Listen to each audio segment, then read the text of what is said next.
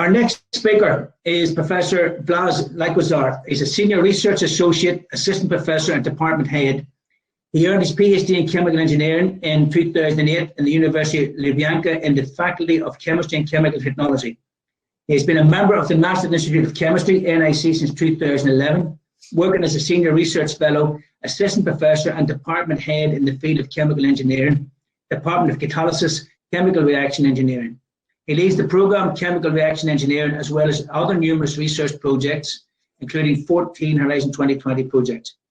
His present expertise lies, amongst others, in engineering, heterogeneous catalyst materials, and in the modeling, simulation, optimization of process fluid mechanics, transport phenomena, and chemical kinetics. He worked in 2014 to 15 at the University of Delaware in the Catalysis Center for Energy Innovation, Newark, Delaware in the USA. And as a Fulbright program researcher, Professor Likozar has published over 190 scientific research articles, having the H index of 27, presently with over 3,000 citations. He mostly investigates the reactions of hydrogen, CO2, and biomass. We have worked with Professor Likozar in the Hazel project and looking to balance, as we said, those four quadrants: production, sustainability, efficiency, storage, and safety, and making sure that whilst we're industry driven, it has to be academically informed and align the two. Professor Likozar, catalytic hydrogen production, given the full title, processed from liquid carbon and nitrogen-based hydrogen carriers. Blaz, over to you. Thank you very much indeed. Thank you so much. I'll briefly present the activities that we have ongoing or we had in the past. I always like to stress that, after all, we are carbon-based beings, and even though we are looking at progressing to a decarbonized world, this will often relate mostly to the energy sector. At the end of the day, the world around us is mostly carbon-based, and as far also as hydrogen goes, we have to look at the ways to store it, to fix it, and as well as to prudently use it for a chemical fixation and conversion later on. So basically today I'll go through some examples that we have and where hydrogen is either produced, stored, or usefully converted further on. So one of the pathways in which hydrogen is produced, in addition to looking at, for example, electrolysis, is also from methane as the hydrogen source. So what a lot of people don't know, that in terms, or as far as the greenhouse gas footprint goes, the methane is actually more damaging than carbon dioxide.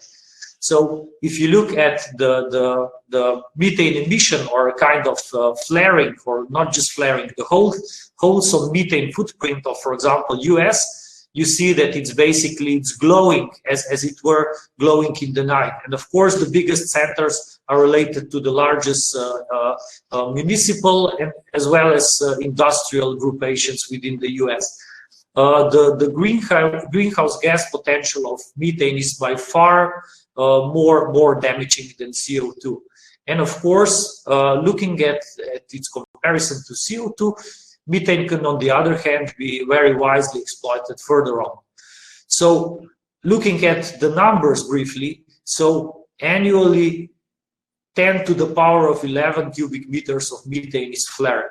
This is 30% of the whole European Union consumption that we have, and we all know that Europe is more or less a net importer of natural gas or methane. But the main challenge here remains is that these are localized point exhausts. So they're either offshore, they are flared, they are related to biogas production, they are not related to some large natural gas exploitation or piping. So this is one of the major challenges. So looking at steam methane reforming, which is basically the paramount way of producing hydrogen to date, this is definitely not economical. So steam methane reforming is a highly energy intensive operation. It consumes about 30% of methane just for its powering up and operation, and other options have to be explored here. So the alternatives that are being explored and are, you know, proposing themselves and presenting themselves as the most prominent alternatives are, of course, dry adsorption enhanced reforming and other electrified routes. And this is, for example, plasma reforming. In recent years, the conductive and inductive electric heating is becoming more and more of interest, for example, for steam reforming or for the electrified cracker operation, even for ammonia power up or ramping down. Ammonia is the other hydrogen carrier that I'll be mentioning later on. So whereas the methane can be exploited for hydrogen production, so can several other carbonaceous components, several of those containing oxygen.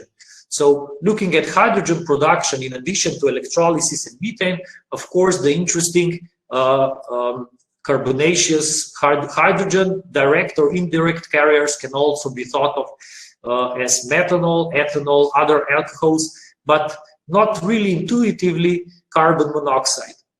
So if you look at carbon monoxide, which is very often also, you know, emitted directly. So here you can see at the bottom right corner, you can see a kind of map of carbon monoxide emission in comparison to CO2. You can see like a large cloud of CO being emitted over China.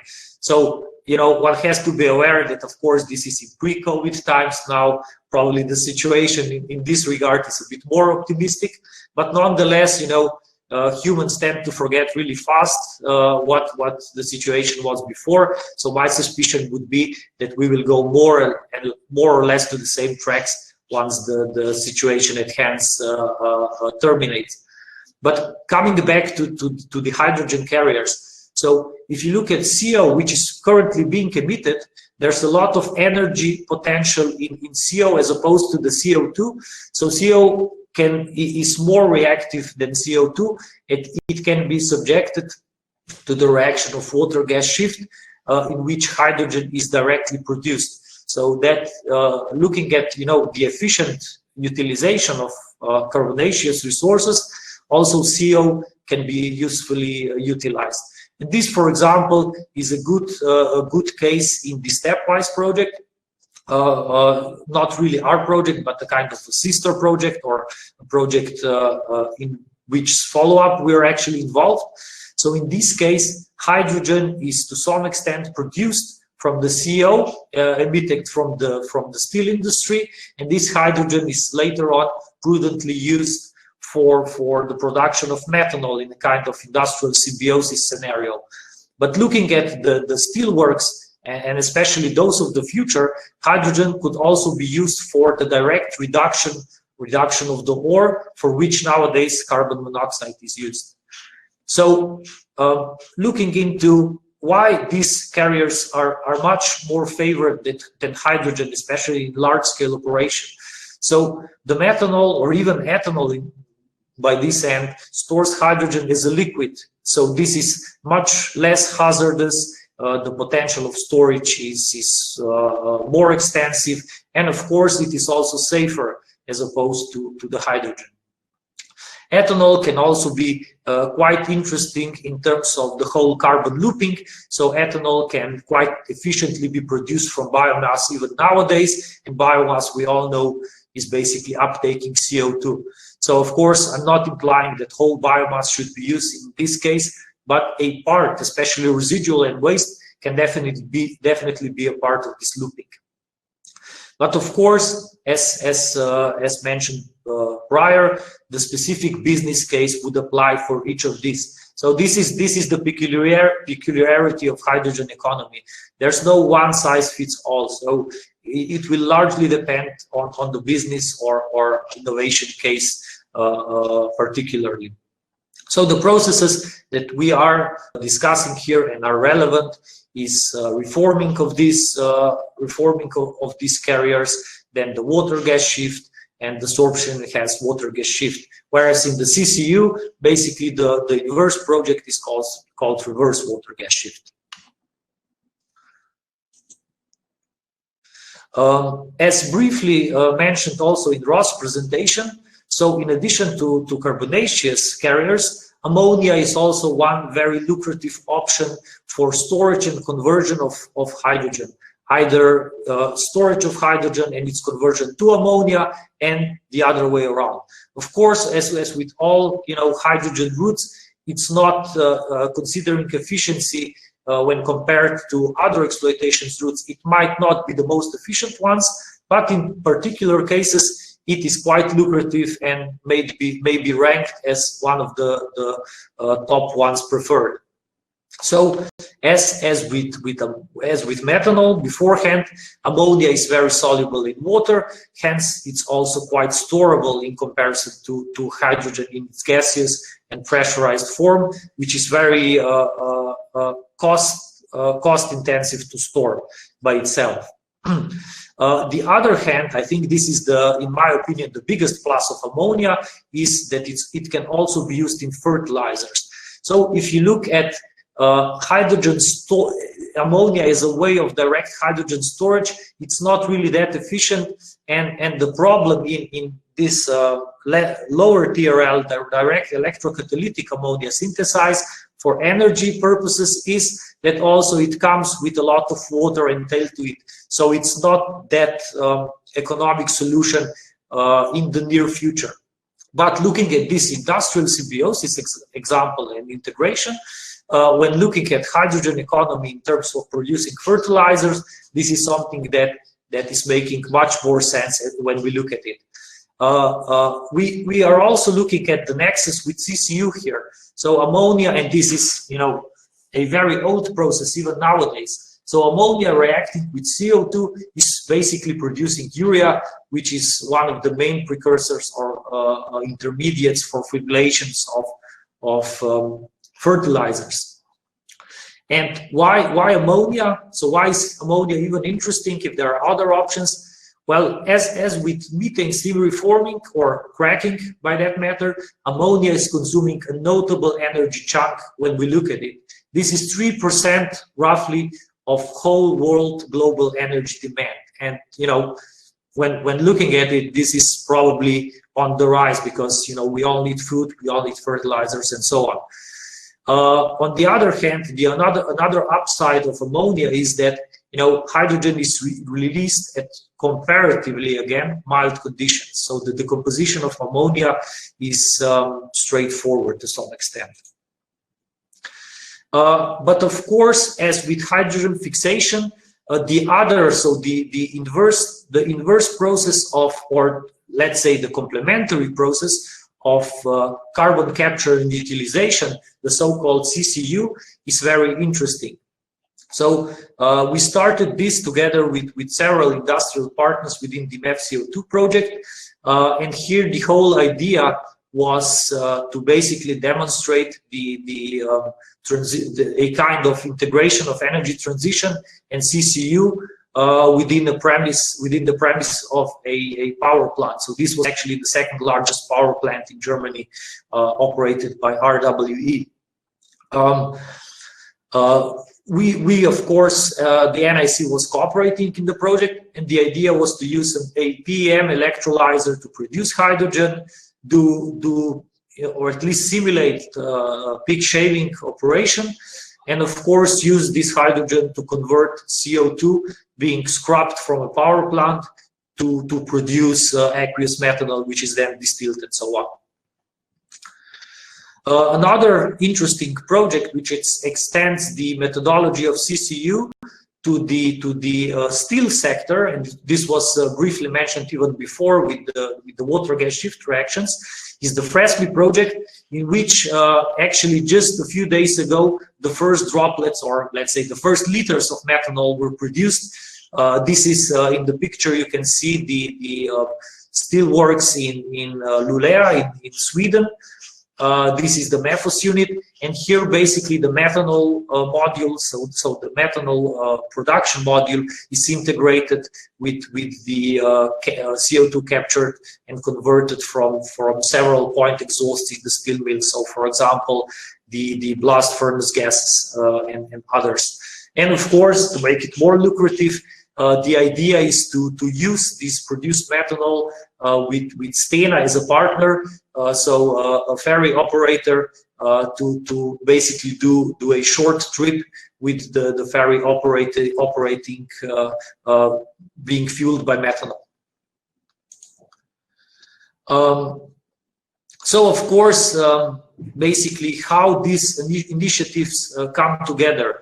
So although hydrogen used in mobility was very much mentioned today within the webinar, I think the foremost or the most prominent application of hydrogen, where the uptake will come first, is the application for the decarbonization of industry. So not just for the energy transition itself, so the energy exploitation, but there's a lot of applications where hydrogen can be used indirectly, either just, you know, the simplest one by plugging in the electrolysis to replace the natural gas. But here a lot of standardization and equipment is missing, such as burners and so on. So the European Commission has also recognized not only hydrogen, but also CCU and the solarization and electrification of the society within also the two initiatives, the Energy X and Sunrise, which merged recently to the Sunergy initiative. And in addition to high TRL pilots and demos that we are discussing today, also low TRL projects are on the rise, especially for the less mature technologies like photo, electro, and electrification of the standard reactions such as conductive, inductive heating, and so on. So basically what we are trying to mimic what the nature is doing pretty well on its own, so, you know, mimicking photosynthesis. What we do, or what we're good at within the department, in addition to the construction of different prototype and reactors, is this multi-scale modeling, which basically unveils the processes at various scales. So going from atoms to the actual techno-economics, where the different unit of operations can come together and interplay or interface with each other, kind of what Ross was presenting before. Several institutes with which we are cooperating. So I think what's relevant and what we're trying to specialize in is this concerted engineering development. So a lot of these processes related to the hydrogen technologies or CO2 entail a lot of catalysis, reaction, and process engineering.